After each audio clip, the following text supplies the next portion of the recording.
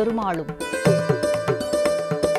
1000 மலர்களால் பூஜிப்பதை காட்டிலும் ஒரே ஒரு துளசி இலையால் அர்ச்சிப்பதை பெருமாள் அதிகம் விரும்புவாராம். அந்த அளவிற்கு பெருமாளுக்கு பிரியமான ஒன்றுதான் துளசி. அப்படி பெருமாளுக்கு துளசி விசேஷமாக என்ன காரணம்? எத்தனை வகை பூக்கள் இருந்தாலும் துளசி செடி இல்லாவிட்டால் அது நந்தவனமாகாது. துளசி மட்டும் இருந்தால் கூட அது சிறந்த நந்தவனமாகிவிடும். துளசி படர்ந்த இடம் பிருந்தாவனம்.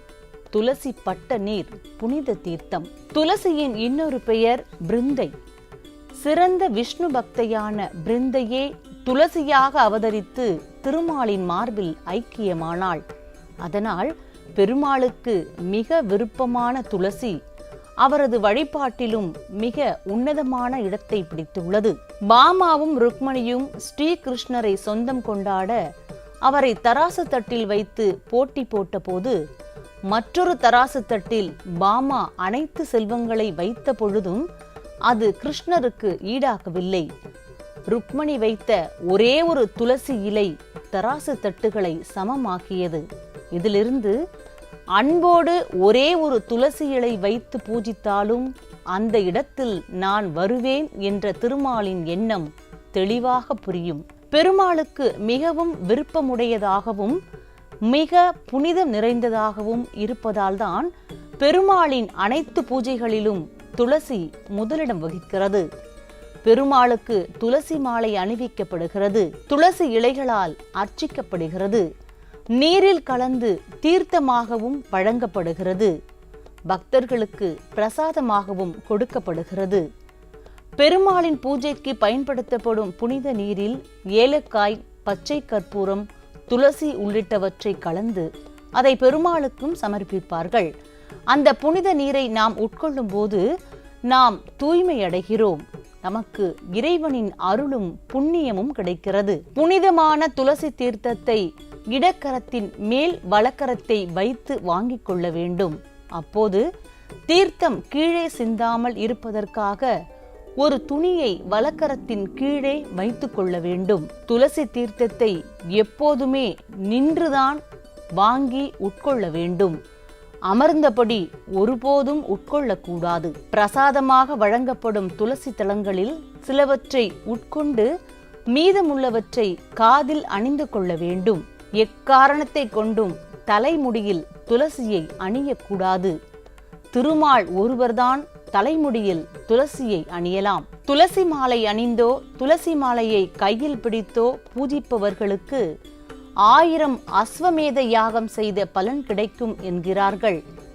மரண காலத்தில் துளசி தீர்த்தம் அருந்துபவர்களை பெருமாள் தன்னுடன் சேர்த்து கொள்கிறாராம். விரத நாள், மூதாதையரின் திதி நாள், தெய்வ பிரதிஷ்டை நாள் மற்றும் சுப காரியங்களில் துளசி பயன்படுத்துவதால் அந்த செயல்கள் பரிபூரண பலன் கொடுக்கும் என்கிறார்கள். துளசியில் வெண் துளசி, கருந்துளசி என்ற இருவகை இருந்தாலும் கருந்துளசியே மிகச் சிறந்தது. துளசிக்கு விஷ்ணு பிரியா, ஹரிப்பிரியா என்ற பெயர்களும் உரியவை. துளசி செடியில் 30 முக்கோடி தேவர்களும் வாசம் செய்கிறார்கள் என துளசியை சிலாகிக்கிறது புராணம். துளசி இலையின் நுனியில் நான்முகனும், மத்தியில் திருமாலும், அடியில் சிவனும், மற்றைய பகுதிகளில் 12 ஆதித்யர்களும், 11 ருத்ரர்களும், 8 வசுக்களும், 2 அஸ்வினி தேவர்களும் எழுந்தருளி இருக்கிறார்கள். வீட்டில் துளசி மாடம் வைத்து காலையும் மாலையும் விளக்கேற்றி பிரதட்சிணம் செய்து வழிபடலாம். மேலும் துளசியில் மகாலட்சுமி வாசம் செய்கிறாள் என்பது ஐதீகம்.